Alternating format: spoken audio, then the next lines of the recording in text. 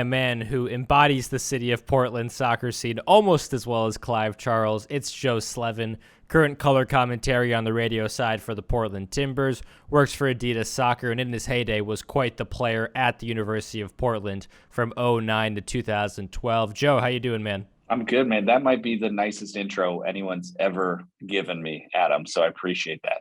For those that don't know, Joe, you grew up in Portland. You went to Lincoln High School, which is kitty corner across from Providence Park, and you eventually committed to the University of Portland. Did any part of you going to UP have to do with Clive Charles?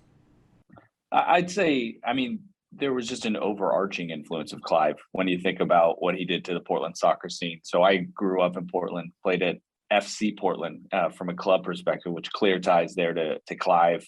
So he influenced the club I was at. He influenced the soccer scene. And when I went to UP, even the guys who were recruiting me, Rob Bartz, Brandon McNeil, they played for Clive. They knew him and they talked about him at length.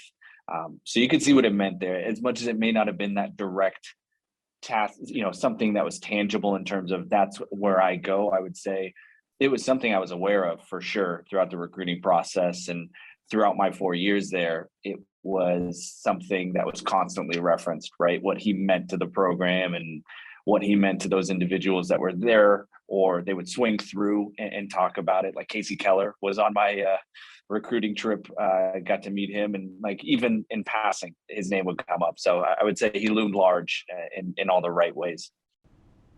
When you got to UP in 2009, the legacy of Clive Charles well established. It became the Clive Charles Soccer Complex a year after he passed away. Did your coaches, assistant coaches, even trainers ever kind of quote and cite Clive Charles? Right. In terms of quoting and citing Clive, man, you're going to age me here in terms of probably nothing specifically that jumps out. I would just say even before that, right? So it was the 4 years under Bill Irwin, Rob Bartz, Brandon McNeil. Before that, Rob Bartz, Brandon McNeil were my club coaches. My first ever soccer team, I was on Rob Bartz's kids team. So like I knew him when he was playing pro indoor. And throughout the years, it was maybe not a specific quote or anything, but how you carried yourself for sure. I remember there was always, making sure you take care of either yourself, where you're in, making sure the locker room's clean, making sure your shoes are taken care of, like taking care of even the small little things. And I think those are carryovers from when Clive was there and his focus either to detail or how he carried himself and expected the program to, because it may not have been one quote here or there. Everybody had their own little sayings, but I over 4 years was abundantly aware of the precedent that had been set before, right? These were all students of Clive that were then our coaches. And so they brought that very much into our day-to-day trainings, how we handled our seasons, how we carried ourselves on the road, and how we were representatives of something bigger, right? Not just a team, of a school, of a program, of a conference, whatever it is. You've been around the game in Portland for a long time, Joe. What are some ways you've seen Clive Charles' legacy kind of imprinted on this great soccer city? There is one example. I know I met him when I was very young. We were at I believe a banquet or something for FC Portland. And I can tell you even then, the impact of, this is an important person, that was not lost on me. So I got to meet him. I'm sure I was quiet. I was meek. Adam, you know me, I'm a man of few words. But in terms of the larger soccer scene, I think when you zoom out and you look at, we all know the UP ties. And I will say, not only from a men's program perspective, but clearly women's program put UP on the map. And the teams he had, the championships they had, that carried over. Like that energy at every women's soccer game throughout the training facility, that was something that was big. In terms of his influence on FC Portland, there was a lot of individuals that came through there that were alums of UP, whether that's Andrew Greger, Mike DePena, Rob Bartz. These are all guys and gals that had their fingerprints all over, say, the youth soccer scene in Portland. And so that carries itself into how it feeds into local programs, the support for the Portland Timbers. But there's been, it depends on how inside baseball you want to get on the soccer stuff, because over the years, it used to be club soccer. You and I grew up with it, how we knew it. Here's a showcase. Dallas Cup was, this, and that. Whereas now we're at a point where there's ECNL, there is MLS is next. And I think someone like a Clive, who came from England, where there's a rich, rich history of the sport, probably saw the roadmap for where American soccer needed to be. It was a bit disjointed. It was inchoate in how it was put together. And over the years, I think probably I'm trying to think, the impact he had on how FC Portland kind of became a club in and of itself around the state. We then had like West Side Metros. They were brought up, but there was connections there to Clive from, say, John Bain, like somebody who was all over that program. I'd say the Portland soccer scene in general, it's pretty small, but it's very passionate, super, super avid. So over from when I started to where I got here, I'd say he definitely laid the foundation for how it was legitimized, professionalized, and brought up. And it almost was kind of this high tide, right, that raised a lot of boats. And it's got us to a point now where, think of the US soccer scene now, the talent that's pumping out, the pipelines that exist, not at all the case, especially when he started. But I would say in a market like Portland, his impact, even for a smaller market, was still outsized, right? As you were answering that question, I was thinking about this weekend when I was talking to strangers on the street, asking them if they think Soccer City USA is an appropriate term for Portland. Do you think Clive Charles is the biggest reason Portland got that moniker? Maybe, you and I, we've been in the booth and we sit across from the SCUSA seats, right, in Providence Park. It's funny. There's plenty of those photos of where, they're kicking the balls. It's the grainy 70s footage, everybody, the long hair, the short shorts. So it's definitely something that he was at the heart of, his team, what they did. And the crazier thing to me is, as young as, say, football is in the United States, and maybe that it's still, we have decades of to pull from. That, the Portland teams from like the 70s and 80s, they're still referenced all the time. We talk about the rivalries with Seattle, the soccer bowls, the blah blah blahs, like the early stuff he was at the center of, and then rose to prominence in that, and then obviously leveraged that to lend itself to everything that we just talked through, right, in terms of the soccer scene stuff. Joe, let's test your sporting knowledge a little bit. It can be another soccer figure or a player, manager, coach, whatever, from a different sport across the states. But is there any other sporting figure that you can really relate to Clive Charles, or is he so unique in his own right?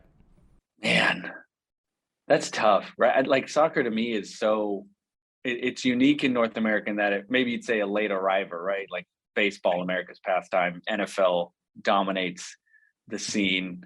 And it's tough to say too, because the national impact is there. He obviously had involvement with the national team, but from being from Portland, I'm trying to just think of like someone who came in and just took something to another level. I don't think I have a good comp, but what I would say about it is maybe that's a testament to how impactful he was, is that there's not an immediate name that comes to mind, because he had a body of work that like spanned decades. It's something that like couldn't necessarily be replicated. There's individuals who popped on, there's individuals who have elevated or increased viewership, recognition, understanding, or whatever. But I'd say he had just like a much more long-term durable impact. And he's almost somebody, he's not the first name for some individuals, but then I'm sure through 1 or 2 degrees of connection or separation, you'd be like, oh no, that was from Clive. That was him coming in here. He coached this individual. He lifted this individual up. He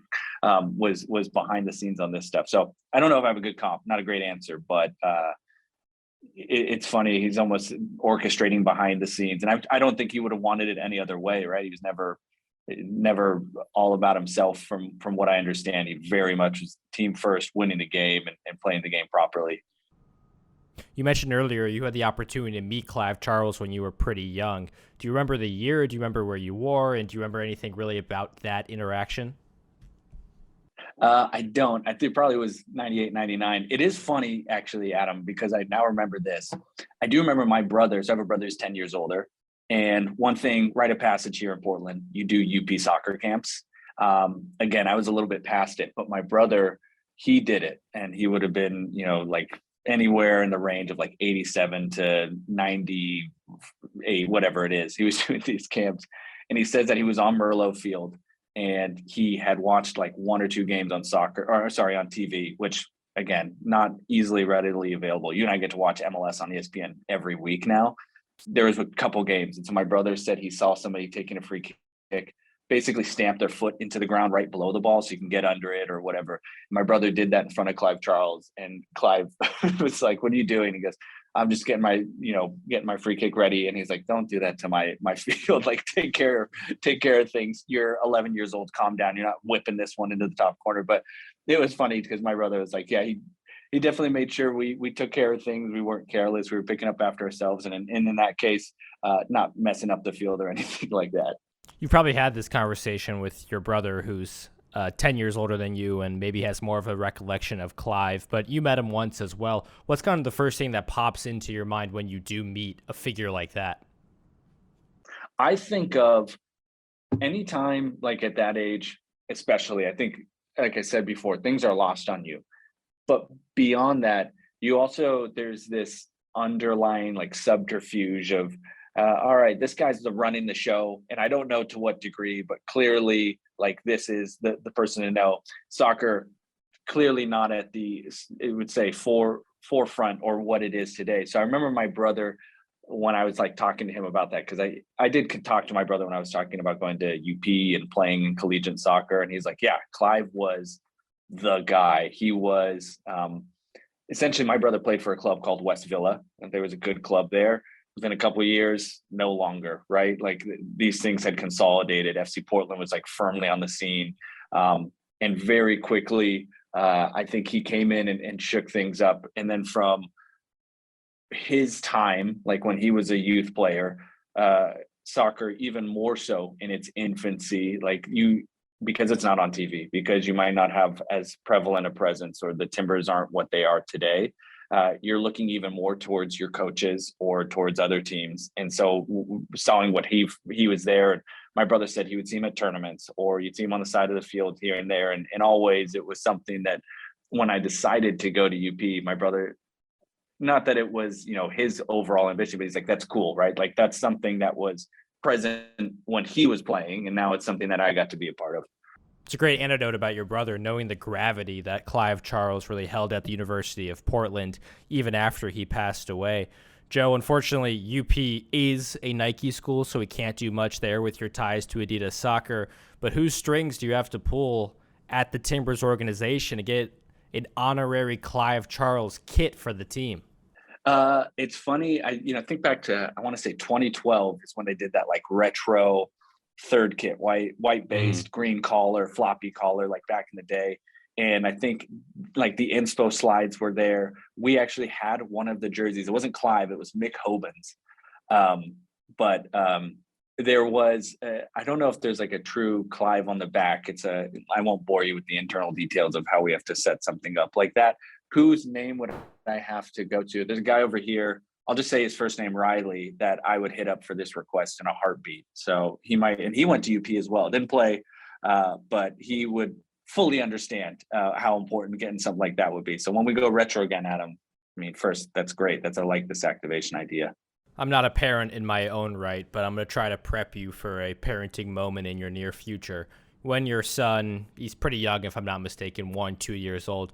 When he's 5, 6, 7, 8 years old, hopefully a mini soccer Joe Sleven historian on your hands, and he asks you about Clive Charles, what are you going to tell him? I pull up the most relevant TikTok artist at the time. I go, "This is what he did for sorry. You know what this guy is to TikTok. I would say, first off, I do hope my son is passionate about the sport that I am, but I don't want to push that onto him. What I would say is, I think when you're like growing up and playing, you don't quite have, at least I didn't quite have the reference point of like what being a professional is, or what this being your job is about. You're playing because you love the game. I think maybe not even 6 or 7, maybe it's a little bit later on, but if somebody picks and chooses a lane, regardless if it's soccer or something else, he is somebody you'd hold up and say like, "All right, well, this is the blueprint, right? This is the commitment to excellence, the dedication to your craft, and the understanding that even the little moments, no matter who, when, where, what it is, you carry yourself in a certain way. And that's Clive all the way through any of these coaches that I've had or people I've had in my life. That is something I think that was a massive impression that he left on them. And I could say that that's something that I would hopefully do that. So I appreciate the parenting input, because it's going to come sooner rather than later. He's a year old now. We're just working on kicking the ball, but maybe that's next. That conversation, it's right around the corner. I mean, 1 year old and already kicking a ball, not bad. Not bad. How's Project Mbappe going for you so far? I don't think of Mbappe's pace, size, or athleticism, but maybe Project, let's say Diego Chara would be, that's the goal right there. Before I cut you loose here, Joe, I want to ask you about the 2002 national title the University of Portland women's side brought home with Clive Charles at the helm. Can you recall a little bit about what the city was like at that time and how special of a moment that was? It was awesome. It's all over the paper. We saw the run to the finals. I remember Christine Sinclair being like absolutely on fire, like in a ridiculous amount of goals, right? Like 1-2 goals a game. She was literally unstoppable. And I remember that. We weren't necessarily too close to Northeast at the time. Like when you're young, we had any number of things going on. But then I also remember beyond the championship, because it was all over the newspaper, right? Like front page of the sports section. That was something you got every day. It's all over the morning news. That's on in the morning. And then for the years after that, Adam, I remember soccer not being on TV. And then every once in a while I could catch like a local game. And I distinctly remember watching a UP women's game, even later on, like heading into college like when things started to become more and more prevalent. And you know, I went to UP a couple years later on, and there was like Lisa Sari. These are people who I'd seen on screen playing alongside those individuals, and that was really cool. But even being younger, this was like a sport that it was all NBA. It was all MLB, NFL growing up. So when soccer like locally started to really get that momentum, that was unbelievable too. And it was UP in a way was Portland, right? It was like kind of off the map. It was a smaller school, and then it's going toe to toe with the biggest schools in the country. That's almost like kind of how I saw Portland, or anytime I stepped out of the confines of Portland going into a tournament. So there's probably a lot of that resonated with me too, like on a personal level. If you want to hear more from Joe Sleven, he's an analyst on the radio side for the Portland Timbers. Always has great stuff to say over there. Joe, appreciate you taking the time. Let's talk soon. Appreciate that, Adam. Thank you very much.